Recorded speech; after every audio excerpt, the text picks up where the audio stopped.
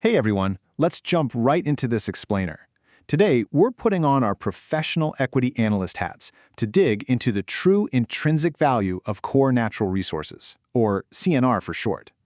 Now, if you follow this stuff, you know that a giant dump of raw financial metrics doesn't mean much until you actually structure it, right? So we're not just glancing at a stock ticker today. We are going to perform a rigorous, multi-model stock valuation based entirely on their latest financial data. Here's the valuation funnel we're working with today.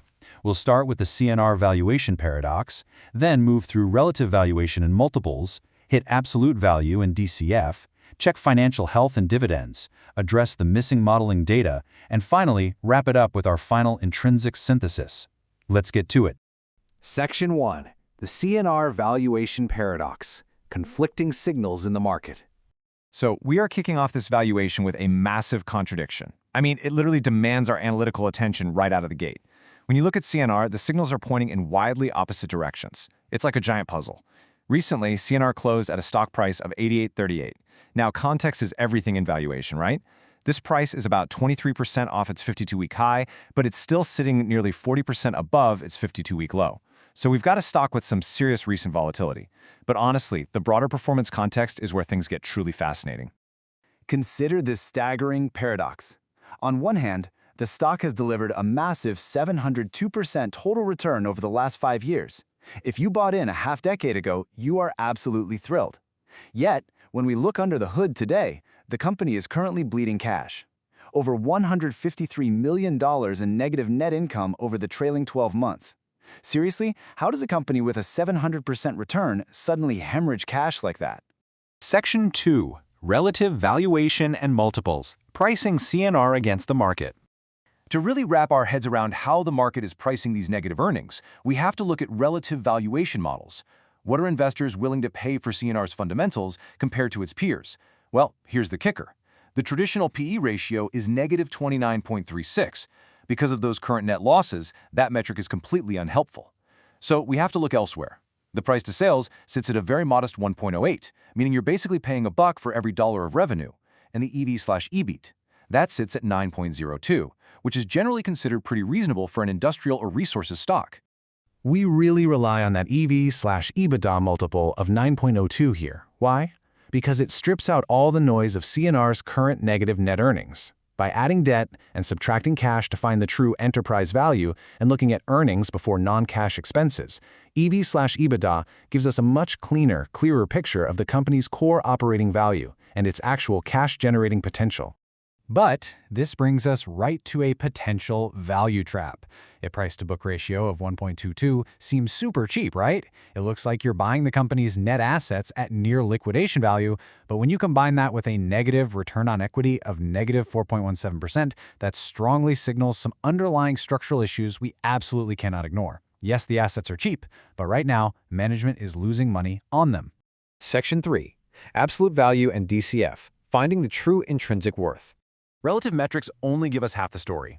Let's shift gears to our absolute valuation models using discounted cash flow, or DCF. This is where we ignore market sentiment and try to calculate the raw, intrinsic cash-generating power of the business. Based on the DCF models from our data, the intrinsic fair value price of CNR is $136.82. When you compare that to our current trading price of around $88, we're talking about a substantial 35.41% margin of safety. To get this number, the model projects free cash flows out into the future and discounts them back to present value, using an estimated weighted average cost of capital alongside a conservative terminal growth rate.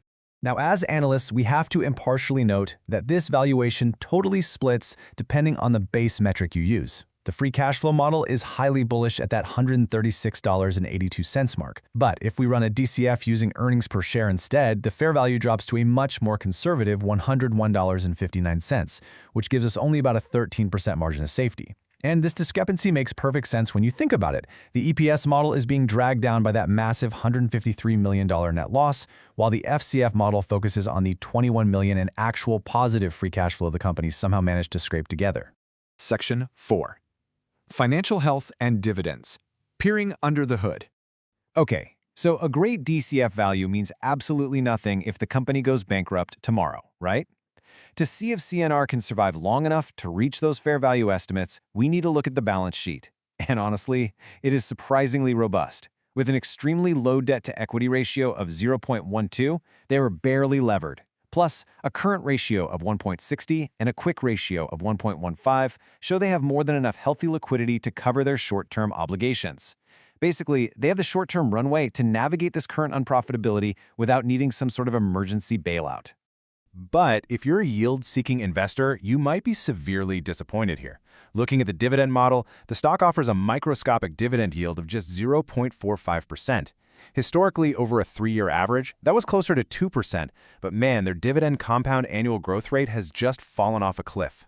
And what's even more concerning is that, despite the tiny yield, the payout ratio is maxed out at exactly 100% of earnings.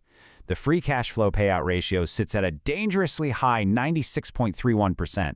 That means this tiny dividend is eating up almost all available free cash flow. This completely breaks any attempt we might make to run a reliable dividend discount model because the current dividend is utterly unsustainable without a massive turnaround in earnings.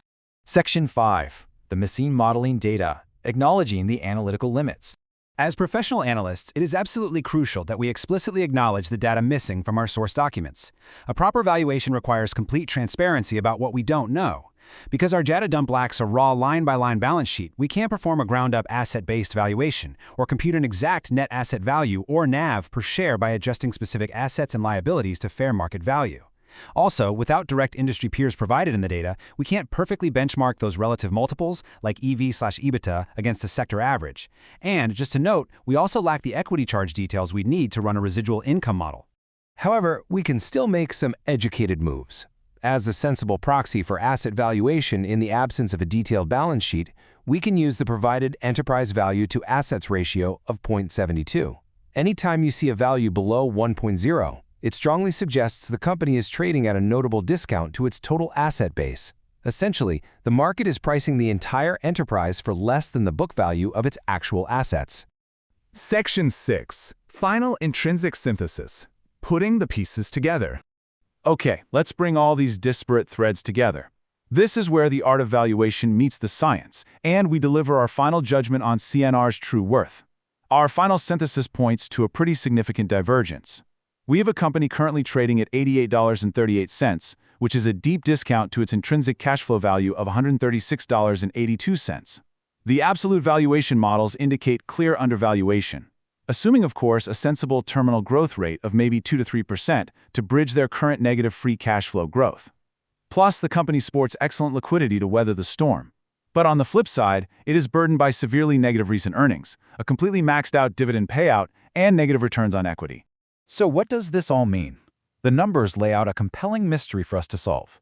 Is this heavy 35% discount to intrinsic value a golden opportunity for a patient investor who is willing to wait for an operational turnaround? Or is the negative momentum and that 100% payout ratio the hallmark of a value trap hiding behind past glories?